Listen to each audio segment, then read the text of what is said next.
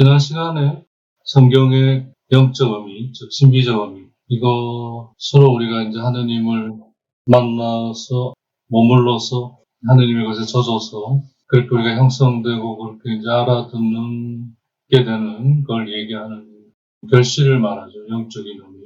그게 이제 히라크 교부들이 말하는 테오리아.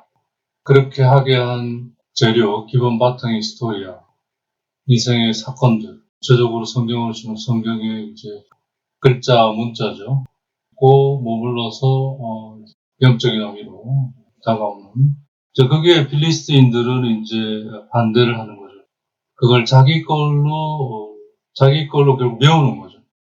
흙으로 메우듯이. 그게 이제 우물을 파는 건데, 영적인 의미가 우물을 파는 건, 파서 길어 올리는 건데, 그걸 이제 자기 거로, 자기 흙으로 메우는 게 필리스트인들이죠. 그들은 문자의 친구들로서, 문자의 친구.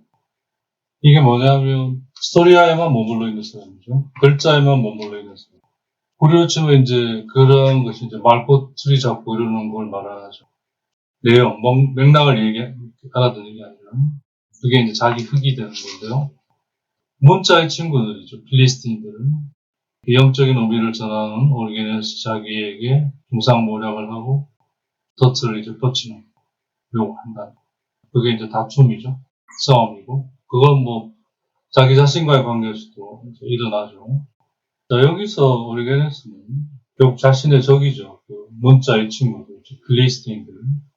예수님에게서는 율법학자들과 바리새인들이죠. 율법에만 매여 있는. 그러니까 이제 어딘가에 매여 있는 사람들을 말하는 거죠. 그게 이제 결국 자기에게 매여 있는 거죠. 그 근원은. 그게 이제 문자의 친구들인데, 그게 이제 영적 의미의 적이죠. 오리게네스의 적이 되는 건데, 오리게네스는 여기서 이제 그 자신의 적들, 그리고 그들이 일으키는 끊임없는 영적인 의미에 대한 의심과 그것의 앞에서의 그 걱정과 근심.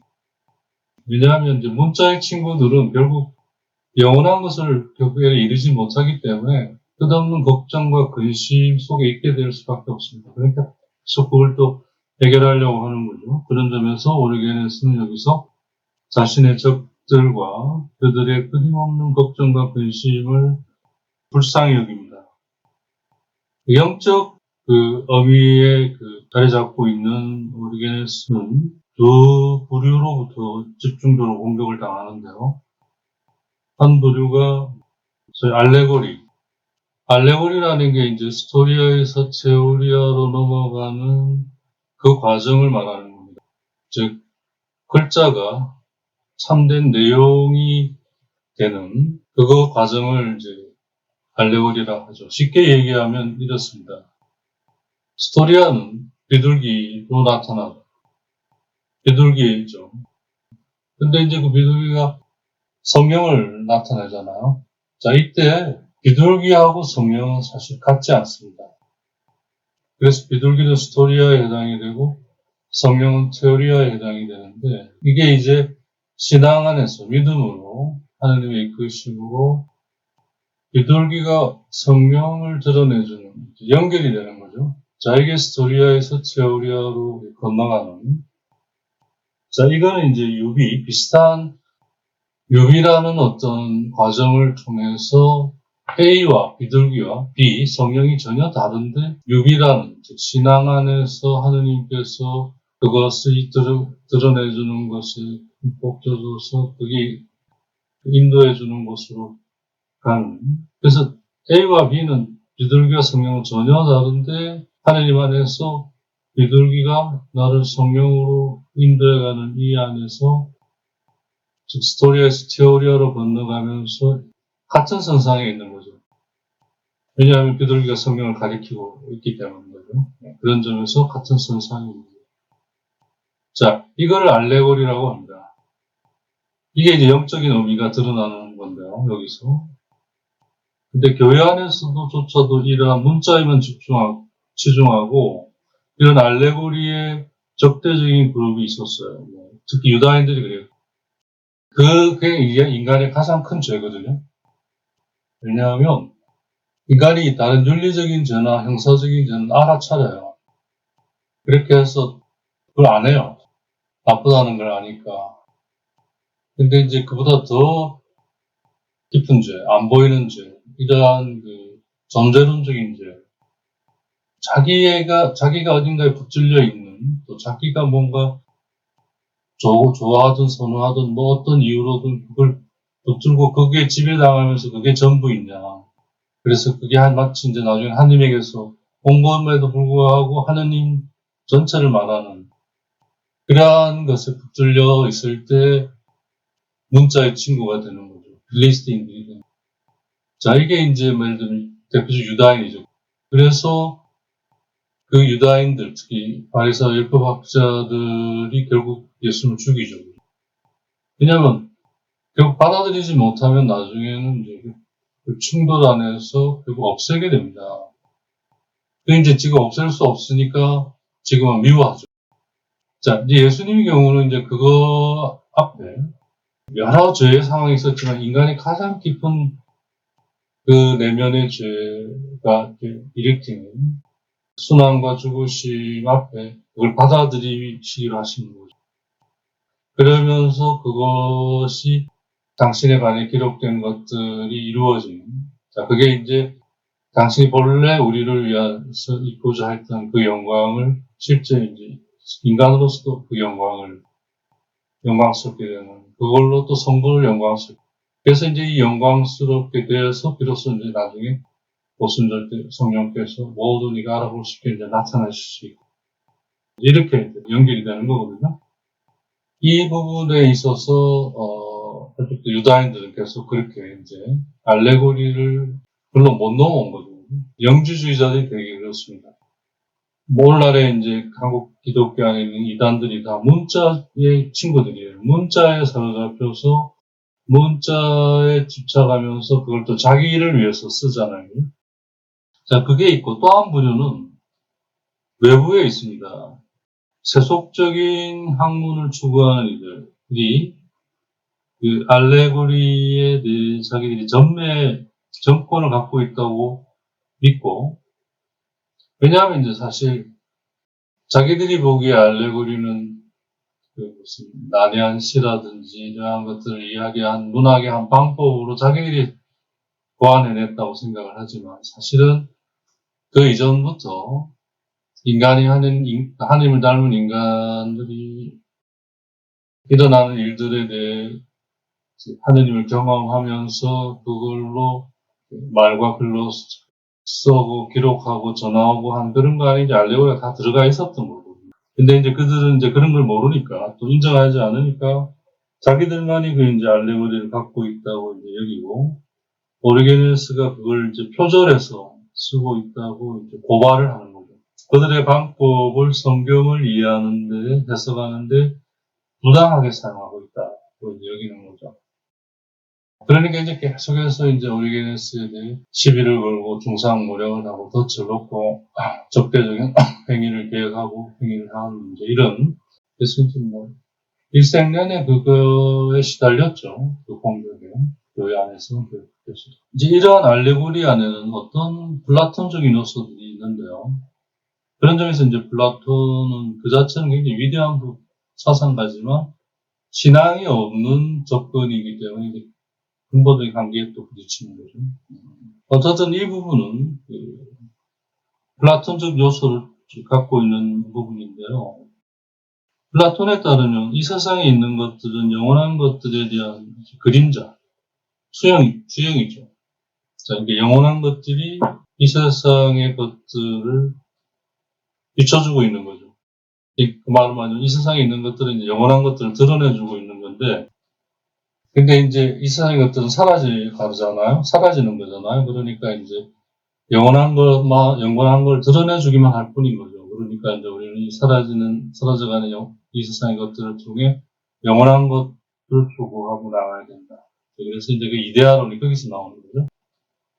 이게 이제 그 오리게네스에도 같은 형태로 나타나는데, 오리게네스에서 쓰는 뭐냐면 성경 안에 있는 쓰여진 것들, 즉 문자들은 예수님께서 세우신 교회, 좀 더 정교하게 가다듬어진 당신에 대한 가르침, 성경, 특히 신약 성경에 의해 체험되고 사라진 하느님의 실제에 관한 것들의 그림자, 그걸 드러내주고 투영하는 이 성경의 글자 안에는 영원한 것들에 대한 것들이 있는 거죠. 그래서 이제 그 글자를 통해 영원한 것들로 들어가야 되는 그런 점에서 굉장히 플라톤적이죠. 근데 거꾸로 말하면 플라톤 이전에 성경이 벌써 그걸 가지고 있었던 거죠.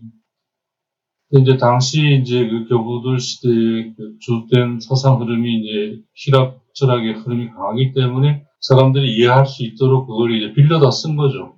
그걸 이제 적대자들은 표절을 했다, 아니면 자기들 걸 부당하게 사용하고 있다. 교회 안에서는 외적인 것들, 세상적인 것들을 빌려와서 거룩한 걸 더럽힌다. 뭐 사실 그 유다인들, 바리사이들과 율법학자들이 특히 가야파의 얘기 속에서 그러잖아요. 이 젊은 친구가 이러다가 로마의 군대가 와서 우리를 몰살시키면 어떡하냐. 이런 것처럼 순전 인간적으로만 생각하고 그 이면에는 자기가 중심이 되어 있는 거죠. 자, 이런 인식이 말씀에 의해서 밀려나서 정화돼서 바뀌지 않으면 우리의 베개는 결코 일어날 수 없습니다. 조금은 일어나도 돌밭에 뿌려진 씨앗이나 가시덤불에 뿌려진 씨앗, 혹은 나가서 길가에 뿌려진 씨앗처럼 금방 제자로 돌아갑니다. 그게 그렇게 강한 힘을 가지고 있는 거죠. 그래서 이제 부단한 훈련이 필요한 거죠. 그래서 예수님도 30년의 시간이 걸린 거잖아요. 그죠? 그러니까 최소한 우리도 30년의 시간을 잡고, 이 여정이 30년짜리 프로그램이라고 보면 돼요. 요즘 말로 하면. 자, 어쨌든 그래서 성경 안에 쓰여져 있는 것들은 오르게네스에 있어서는 자연적인 걸 넘어서는 초자연적인 것, 그러니까 신적인 거죠. 하느님에 관한 것들의 그림자다. 그림자가 뭐예요? 본체가 있고 빛이 비추어지면 그 그림자가 빛잖아요. 그죠? 자, 그 그림자를 보고 그 본체를 아는 거죠. 자, 우리가 그래서 이제 하느님을 닮긴 했지만 하느님이 아니기 때문에 우리는 바로 그 본체 하느님에게로 못 가죠. 그렇지만 이제 갈 수 있는 능력이 이렇게 그림자를 통해 갈 수 있죠. 자, 그래서 하나님은 우리를 이제 그 그림자를 통해 당신을 알게 하시는 거잖아요. 그래서 이제 창조물들을 사용해서 당신을 드러내시는 거잖아요. 대표적으로 성부는 이제 목소리, 성자는 인간의 몸, 그리고 자연 질서, 그리고 성령은 이제 그게 진행되면서 이제 그 드러나는 표징으로 당신에게 순응하는 요소나무들인 창조물, 비둘기라든지 불이라든지 혀라든지 이런 걸 사용하시는 거죠. 그래서 이 세상의 것은 전부 다 그림자입니다. 어떤 그림자냐? 영원한 것들을 가리키는 그림자예요. 우리는 영원한 걸 바로 보진 못하죠. 영원한 빛이 그분의 빛에 의해 비춰져 드러난 그림자를 보고, 자, 그게 글자죠. 하나님에 대한 경험이 담겨 있는 것이 그 글자 속에 있어요. 그게 그림자예요. 거기에 머물러서 그게 드러내주는 것, 즉 본체죠. 그 그림자의 본체. 그게 이제 예수 그리스도 이렇게 되는 거죠. 자, 이게 하나님께로 가는 길이라는 거죠. 자, 이게 아주 대표적으로 히랍 교부들의 영성이고 이게 이제 그 그리스도교 영성의 근간이 됩니다.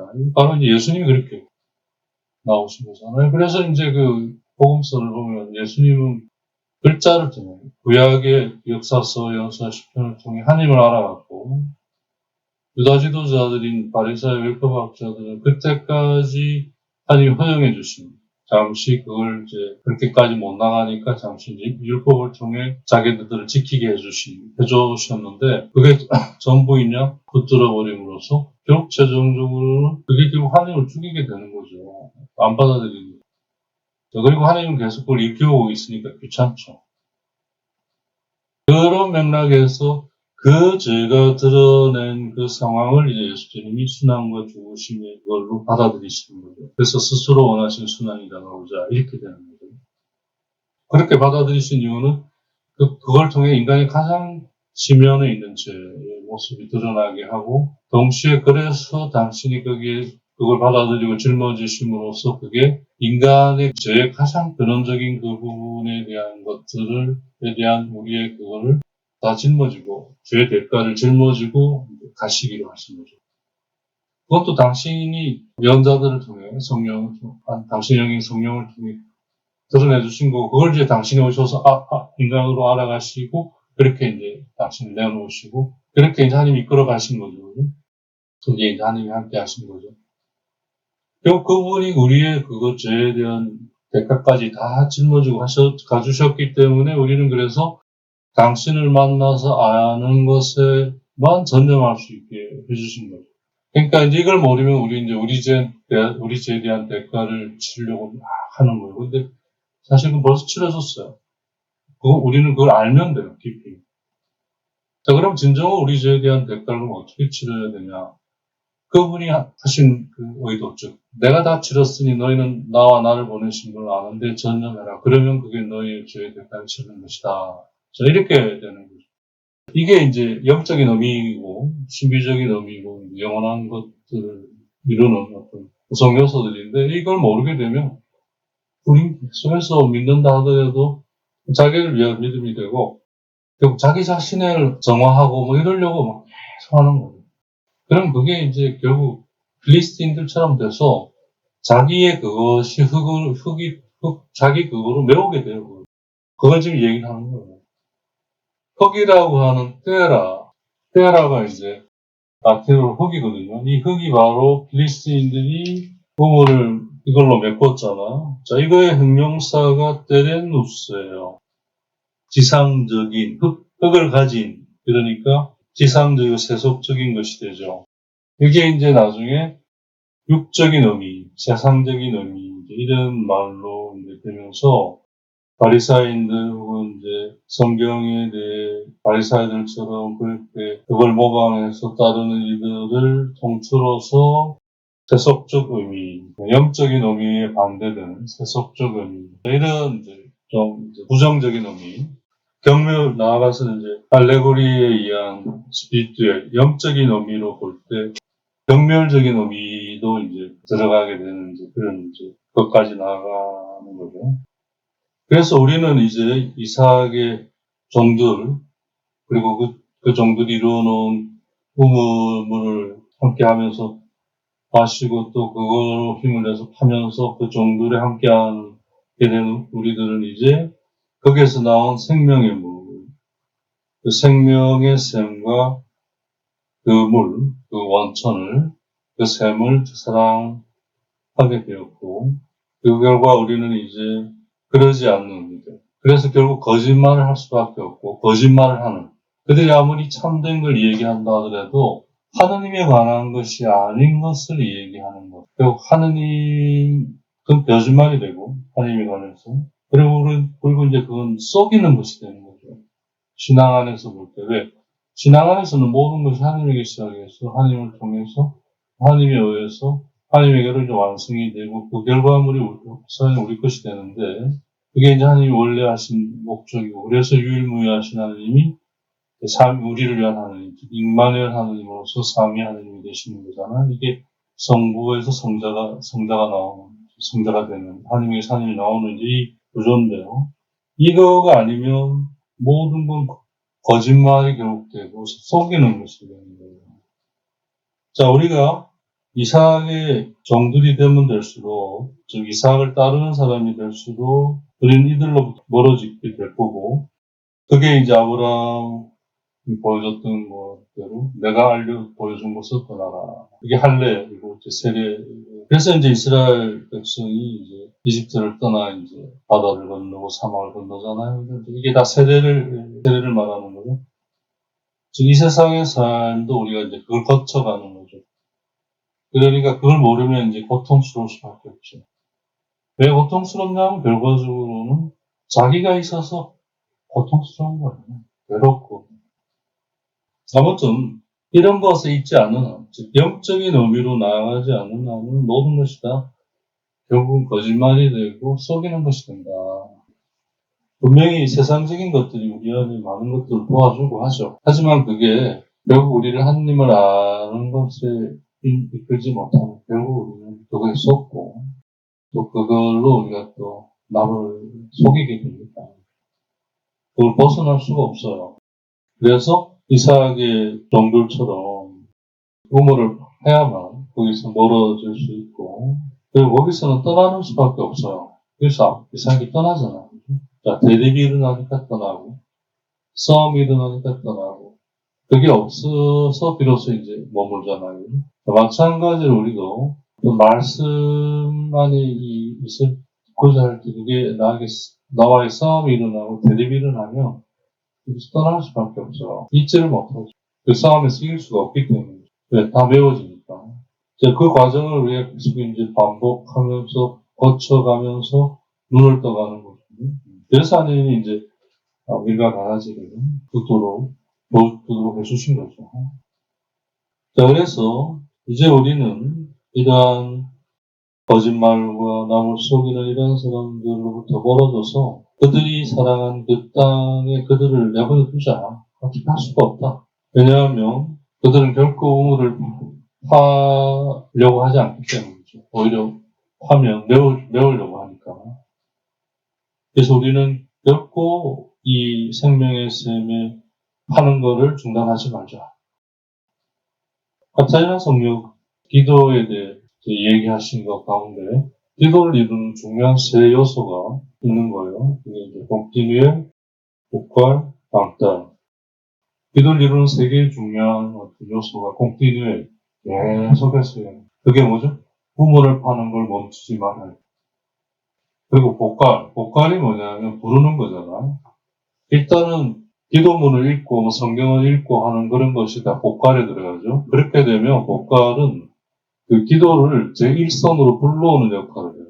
그러니까 읽거나 이렇게 암송하지 않으면 기도는 제2선으로 물러나는 거죠. 자, 그래서 이제 수도원을 이렇게 보면 우선 영경기도, 성모일도나 이런 걸 하고 그리고 나서 한 30분에 1시간 기도를 합니다. 개인 기도를. 자, 이게 다 그런 이유가 있는 거죠. 그 일을 하는 동안 복과를 할 수가 없잖아요. 그죠? 그러니까 이제 일을 하고 다시 복과를 통해서 기도를 제1선으로 불러오는 거죠. 그래야 기도가 제2선으로 물러난 그 활동 안에서도 그 여운이 계속 지속되는 거죠. 이게 이제 나중에 이제 활동 안에서의 반사형으로 이제 발전해 가는 거거든요. 자, 근데 이제 복활은 그렇게 이제 기도문을 읽고 성경을 읽고 하면서 거기에 이제 계속 머물려고 하는 거죠. 잠겨 있으려고 하고. 그러다 보면 그 가운데 어떤 것들이 나를 이제 차지하고, 나를 이제 끌어당기는 것들이 이제 일어나게 되고, 그걸 내가 발견하게 되고, 거기에 이제 깊이 머물기 시작하는 게 이제 망달에 해당 되죠. 자, 그래서 일단 기도를 하려면 계속해서 해야 되고, 그리고 기도를 제 일선으로 불러오려고 해야 돼요. 읽고 하면서, 그리고 이제 기도가 활동을 하기 위해 제 이선으로 물러날 때에도 계속 그냥 두면 활동만 하게 되니까, 활동 안에서 이 복활이 계속 이어지도록 계속 제 이선에 있지만, 기도가 계속 유의를 해야 돼요. 즉, 염두에 두고 있어야 되는 거죠. 아니면 이제 가까운 곳에서 계속 그걸 보고 읽고 이제 이러려고 해야 되는 거죠. 그럴 때 이제 망달로 우리를 이끌어가고 인도해 줄 수 있는 거죠. 그래서 그런 내용인데요. 그게 이제 보니까 법의 운문을 얘기하고 똑같은 거예요, 지금. 계속해서 파죠. 그리고 파서 복갈, 일선으로 불러오죠, 그죠? 그러면서 망달, 확장되죠, 확장. 네. 이게 다 그런 어떤 위대한 신비가들의 그런 경험, 심히 애쓰고 노력한, 그래서 하나님이 이제 그런 걸 드러내 주신 그런 것들로 이제 우리에게 전해지는 거죠. 그래서 결코 멈추지 마라. 그렇게 해서 이 안에서 때로는 이전의 것들이, 옛날 것이, 때로는 새로운 것들이 설명이 돼요. 즉 뭐냐면, 이전의 것들로 설명이 되고, 또 그래서 그게 새로운 것이 돼서 그 새로운 게 또 새로운 것을 설명하는 이러한 그게 주님이 이야기하신 마태복음 13장 52절에 나오는 말씀이거든요. 그러므로 하늘나라의 제자가 된 모든 율법학자는 자기 복관에서 새 것도 꺼내고 옛 것도 꺼내는 집주인과 같다. 우리 번역은 이제 자기 곡간이라고 얘기를 했어요. 엄밀하게 얘기하면 이제 그의 보물이 있는 곳.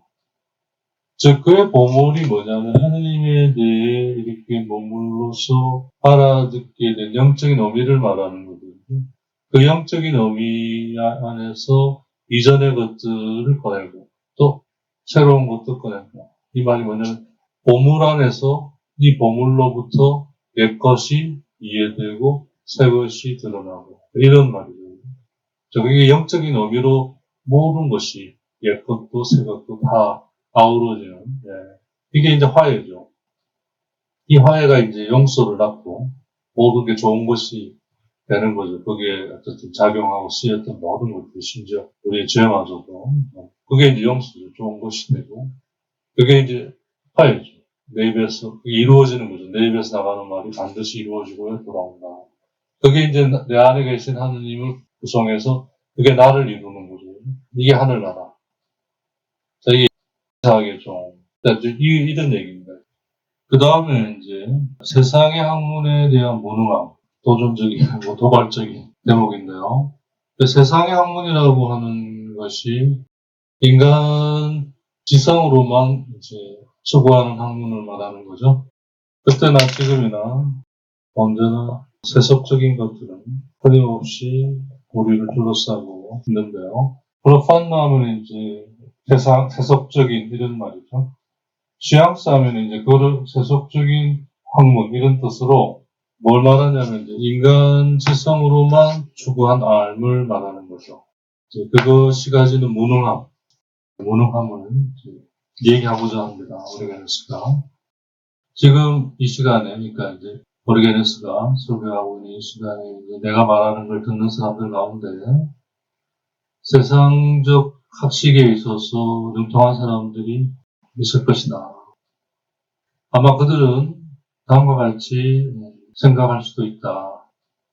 지금 너가 말하는 것은 우리에게서 그것을 빌려간, 차용한, 어떻게 보면 표절이죠. 지금 너가 하고 있는 것은 우리가 하고 있는 것, 우리 업계의 사실은 알미다, 지식이다. 우리 거다, 이거예요. 이 유장함은 그것으로 너가 성경을 이해하고 가르치고 있는데 그건 우리에게 속한 것이다. 너의 것이 아니다. 사실 인간 지성이 만으로 추구하는 사람들이 그게 자기들이 이제 성취한 것으로 생각합니다. 한편으로는 맞죠. 자기들이 열심히 한 거죠. 하지만 근본적으로 보면 그 모든 것은 하느님에게서 온 겁니다. 사실은. 근데 문제는 그걸 그런 맥락에서 하지 않고 인간으로서 하느님으로부터 받아놓고는 자기 그거만, 자기 원하는 대로 자기 방식으로만 하는 거죠. 형적인 작은 아들의 모습이죠. 그렇게 그런 이들의 관점 안에서는 자기들이 성취한 것이 성경을 해서 얘기되고 있으면 빌려갔거나 표절했다라고 생각합니다. 물론 그게 서로 어떤 영향을 주고받음이 없이 있다고 치더라도 사실은 성경 안에 벌써 다 있었던 것들이고요. 성경이 그렇게 체계화하고 하지 않아서 그런 거지. 체계화하고 좀 더 정교하게 알아두는 건 인간 지성의 그 학문이 한 것일 수도 있어요. 또 그런 부분이 상당히 또 있기도 하고요. 하지만 근본적으로 그렇다고 해서 성경 안에 있는 것을 자기들 거를 빌려 쓰긴 하지만 그렇다고 그게 자기들만의 전유물이다 라고 얘기하는 건 교만이죠. 근데 그게 그 교만이나 오만이 왜 그거에서 못 벗어나냐면 자기들이 해서 자기들이 성취한 거라고 생각하기 때문에 그런 거예요. 모든 것이 하느님 안에 있고 하느님에 의해 움직여진다는 인식이 없으면 결국 이렇게 되는 거예요. 그래서 이제 참 이게 무서운 거죠. 그렇게 되면 필리스틴들이 했던 것과 똑같이 싸움이 일어날 수밖에 없어요. 적어도 시비를 가지려고 할 거고, 기원을 따지려고 할 거고, 그런 것들이 이제 결국 싸움이 되는 거죠. 그래서 필리스틴들이 한 것처럼 싸움을 거는 것이 되어버리는 거예요. 그리고 자기들의 고유한 영역이라고 여기고 그것을 당연한 자기들 걸로 주장하면서 이러한 상상을 하는 거죠. 그래서 올게에서는 이걸 자기들이 이제 상상한다고 생각하는 거예요. 하는 거죠. 사실은 저 경험을 놓고 보면 제가 성경에 대해 교부들이나 신비가들을 통해 좀 더 깊이 이렇게 들어가기 전까지는 항상 세상의 학문에 쫄았어요. 그들이 이룬 업적에. 근데 이제 성경에 대해 좀 더 이렇게 교부들과 신비가들을 통해 좀 더 들어가고 더 좀 알아가다 보니까 결국 세상의 학문이 왜 무능하냐면 그게 우리를 하느님에 대한 알무로 이끌어주지 않고 오히려 만회를 하고 그래서 스스로 망가지는 그 업종마저도 망가지게 되는 그런 결과에 이르는 그래서 그걸로는 영원한 곳으로 갈 수 없다라는 걸 이제 알게 된 거죠. 도움은 많이 받죠. 도움을 많이 주기도 하고 이게 참 헛수고를 하는 거죠. 자, 이걸 그들은 우리가 우리 중심적으로 본다고 여깁니다. 그들 입장에서는 뭐 올바른 논리죠. 그들이 가지고 있는 논리로는. 근데 설사 그게 맞다 하더라도 이제는 거기에 가고 싶지가 않아요. 거기서 도움은 받았지만 그게 구원에 이르게 하지는 않는다는 걸 이제 알게 됐기 때문인 거죠. 그들을 무시하거나 뭐 배제하거나 부정하고자 하지 않아요. 그게 도움을 많이 주고 이게 노력도 많이 하고 이게 괜찮아요. 근데 가장 결정적인 것 하느님에 대한 알면 인도해주지 않는다는 거죠. 이끌어주지 않는다는 거죠. 그래서 이제 오르게네스가 여기에 대해 이제 뭐라고 응답을 하느냐면 모든 땅은 너희들이 좋아하는 그 땅에만 있고자 하는 너희들은 이게 얘기하는데 온 땅은 물을 가지고 있다. 물을 품고 있다.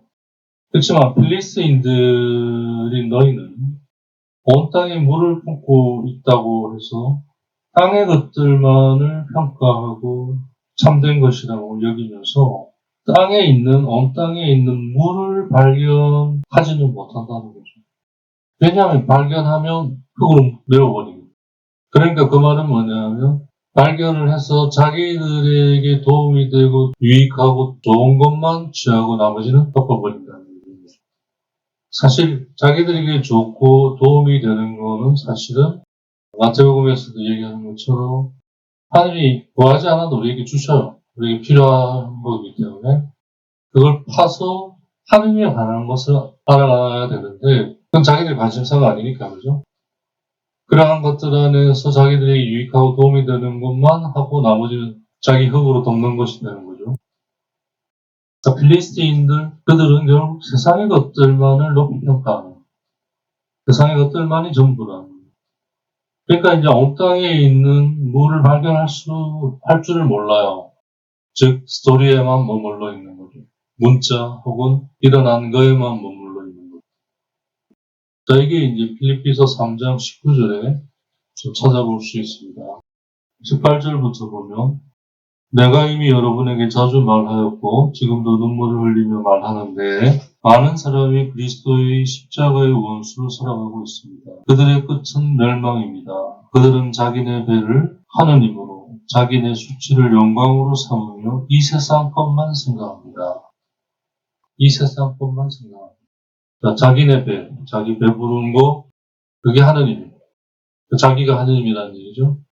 그러면서 그 수치를, 영원한 것에 관절적으로 정말 수치스러운 거잖아. 그걸 영광으로 여기고 이 세상 것만 생각합니다. 온 세상에 하느님이 그 생명의 물을 담아 놓으셨는데 그걸 파면 묻어버리는 거죠. 파면 메우고. 그야말로 그만큼 헛수고가 어디 있습니까? 그러면서 그렇게 하고 있는 그 자체로 위로를 얻고 위안을 얻는 그러면 됐다는 딱 섞기 좋은 거죠. 그죠? 자, 이 말은 뭐냐면 그들은 세상 것만을 추구하기 때문에 하느님께서 모든 영혼 안에, 그러니까 온 세상은 이제 다른 말로 온 영혼이죠. 온 영혼 안에, 그 모든 인간의 영혼 안에 하느님의 모상과 그 하느님을 알 수 있는 능력, 주셨음을 발견할 줄 모른다는 거예요. 찾지를 않으니까. 온 땅이라는 게 이제 모든 인간의 영혼 안에, 물이라는 게 뭐냐? 생명의 물. 자, 온 영혼 안에, 온 영혼 안에가 이제 뭐냐? 온 땅에, 그게 이제 하느님에 대해 저희가 알 수 있는 능력을 말하는 거죠. 자, 온 영혼 안에 하느님을 알 수 있고, 또 알 수 있게 하는 바탕이, 모상을 발견하는 것. 즉, 하느님을 알 수 있는 능력과 그 모상이 살아있는 생수예요. 오리게너스가 살아있는 생수. 이게 영원히 마르지 않는 샘물. 자, 결국 뭐냐? 영원히 마르지 않는 샘물이 뭐냐?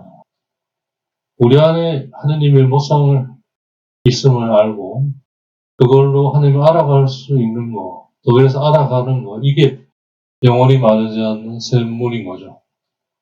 그게 우리 안에 있어요. 샘이 우리 안에 있는 거죠. 샘이 있으니까 이제 올려야죠.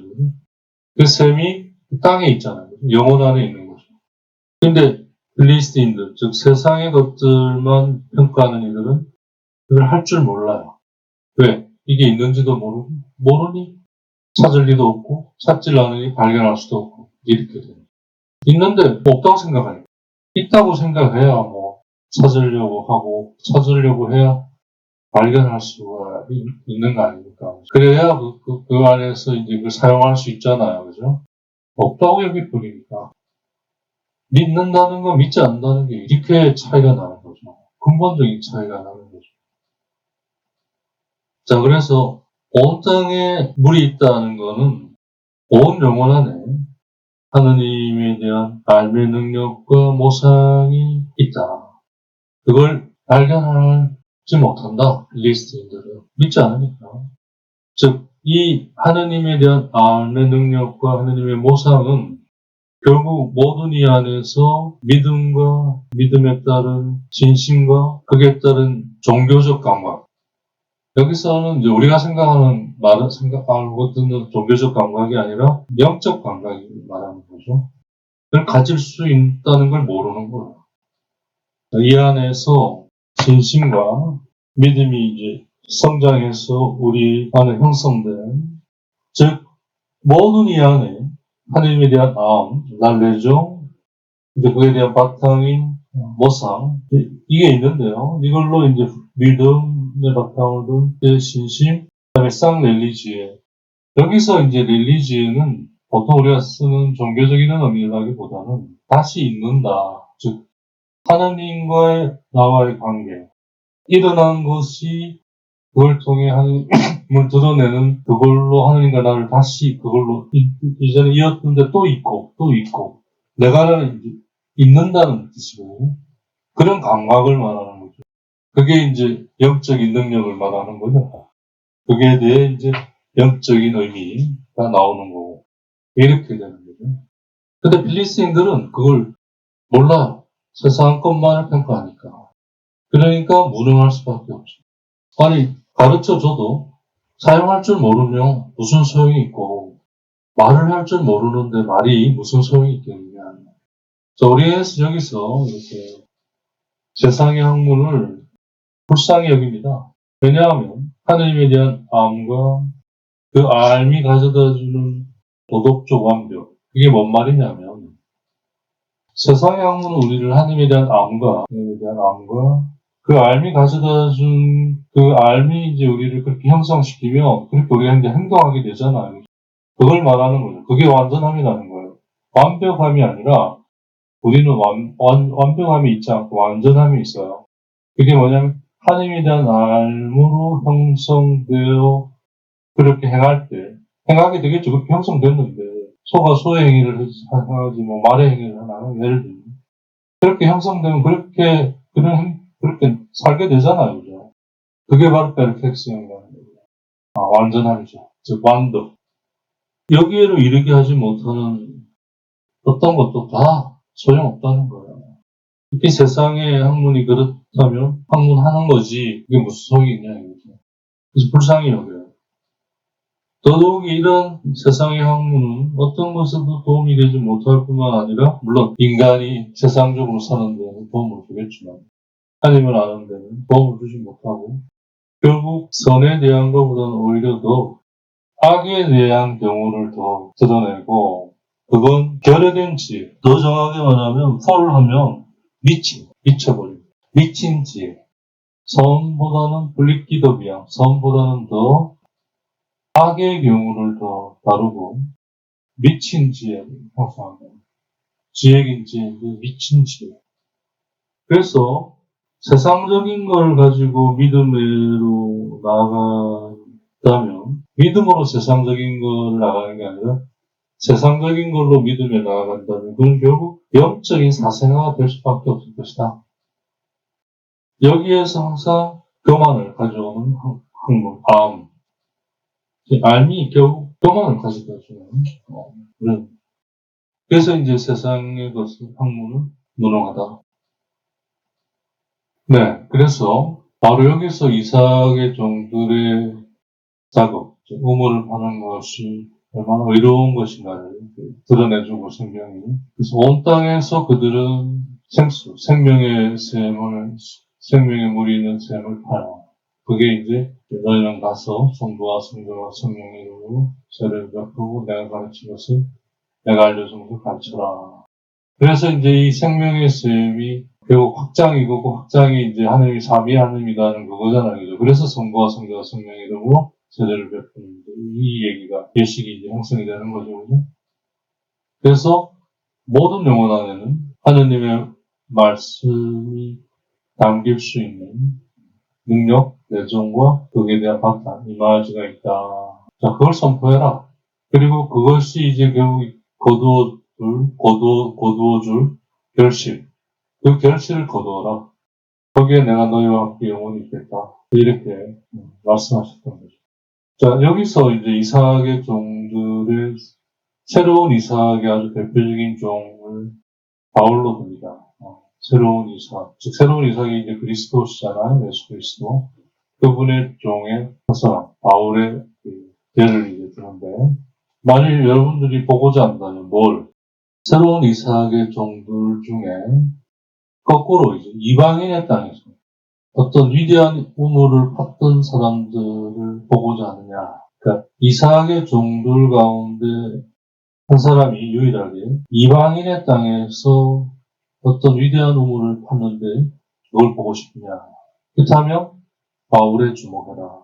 그는 예루살렘에서 시작해서 일리리움까지, 일리리움이 지금의 크로아티아 지역, 그리고 위에까지, 슬로바니아라고 하나, 거기까지 이제 그 지역을 말하는데, 거기 가까운 지역까지 그 모든 곳에 하늘의 복음을 전했어요. 전했다는 말 중에는 그걸 포르테 지고 갔다, 이런 표현이 있어요. 자, 이게 이제 어디서 나오냐면, 로마서 15장 19절에, 그리하여 나는 예루살렘에서 일리리군까지 이르는 넓은 지역에 그리스도의 복음을 선포하는 일을 완수하였습니다. 우리 복음을 선포했다고 했는데, 원문은 그래서 복음을 지고 갔다. 포토처럼 그래, 지고 갔다. 근데 그가 판 우물의 각각에 그는 필리스테인들의 박해를 다음과 같이 받았어요. 사람들이 그 흙으로 메우려고 했던 필리스틴처럼 이제 반대하는 순환과 고통을 당했는데 이제 박해를 겪었는데 그걸 이제 들어보면 디모데오 후서 3장 11절 내가 안티오키아와 이코니움과 리스트라에서 겪은 박해와 고난을 함께 견뎌냈습니다. 내가 어떤 박해를 견뎌냈던가? 주님께서는 그 모든 곳에서 나를 구해주셨습니다. 안티오키아와 이코니움에서 겪었던 재난, 그 난처한 얼마나 그는 맞았고, 얼마나 그는 돌로 치는 걸 겪었는가. 이게 이제 고린도 후서 11장 25절, 23절 후반부터 보면, 나는 수고도 더 많이 하였고, 옥살이도 더 많이 하였으며, 매질도 더 지독하게 당하였고, 죽을 고비도 자주 넘겼습니다. 마흔에서 하나를 뺀 매를 유다인들에게 5차례나 맞았습니다. 그리고 채찍으로 맞은 것이 3번, 돌질을 당한 것이 1번, 파손을 당한 것이 3번입니다. 밤낮 하루를 곧박 깊은 바다에서 떠다니기도 하였습니다. 자주 여행하는 동안에 늘 강물의 위험, 강도의 위험, 동족에게서 오는 위험, 이민족에게서 오는 위험, 거울에서 겪는 위험, 광야에서 겪는 위험, 바다 위에서 겪는 위험, 자기 형제들 사이에서 겪는 위험이 뒤따랐습니다. 수고와 고생, 잦은 밤샘, 굶주림과 목마름, 잦은 결식, 추위와 헐벗음에 시달렸습니다. 얼마나 그는 더 짐승과 싸웠고, 그렇지만 그는 이러한 것들 안에서 직장에 이를 때까지 그걸 인내하고 견뎌내고 참았어요. 직장에 이르기까지. 그게 종들이 탔던 우물, 세 번째 우물이죠. 확장. 결국 이 말 안에는 우리 이 세상의 삶의 최종적인 형태는 확장에 있다. 그게 이제 커가는 거죠.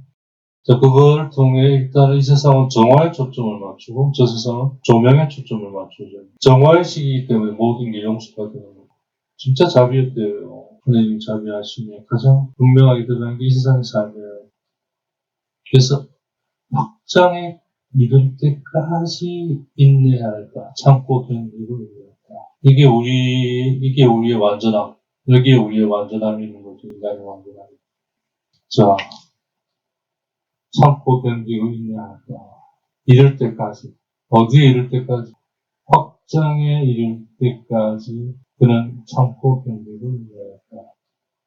자, 이 확장이 세 번째 우물이잖아. 사무엘 후서 22장 20절. 넓은 곳으로 이끌어내시어 나를 구하셨으니 내가 그분 마음에 들었기 때문이네. 넓은 곳으로 이끄셨으니. 자, 이게 확장이죠. 그죠? 자, 이게 이제 시편 18장 20절 얘기와 다 있습니다. 시편 18장 20절. 넓은 곳으로 이끌어내시어 나를 구하셨으니 내가 그분 마음에 들었기 때문이네. 결국 그분 마음에 든다는 게 이제 확장이 일어나는 거죠. 확장이라는 게 넓은 들. 지금 뭐죠? 확장이 어떻게 일어나요?